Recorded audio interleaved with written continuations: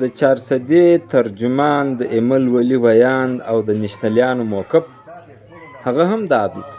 تاسو دغه د دروغو فلاسفر واو. نکاتو یا څومره وو په هغه کې یو د ورکو خلکو مطالبانه وه چې دا د ټولو نه مهمه وه او په دا باندې د 11 اکتوبر جرګه خلکو ډیل کوله او په دا ورکو خلکو باندې به خلکو له بلنه ورکوله.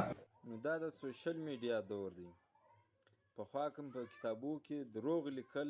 جرګې پرېکړه وکړه چې د دې وطن د شهیدانو دپاره د دې وطن د لادرکه خلکو لاپته افراد دپاره او په دې خاوره باندې په ځمکه چې کومې قبضې شوي دي د هغو دپاره به په شریکه د پښتون وطن نماینده وکیلان راټولوي.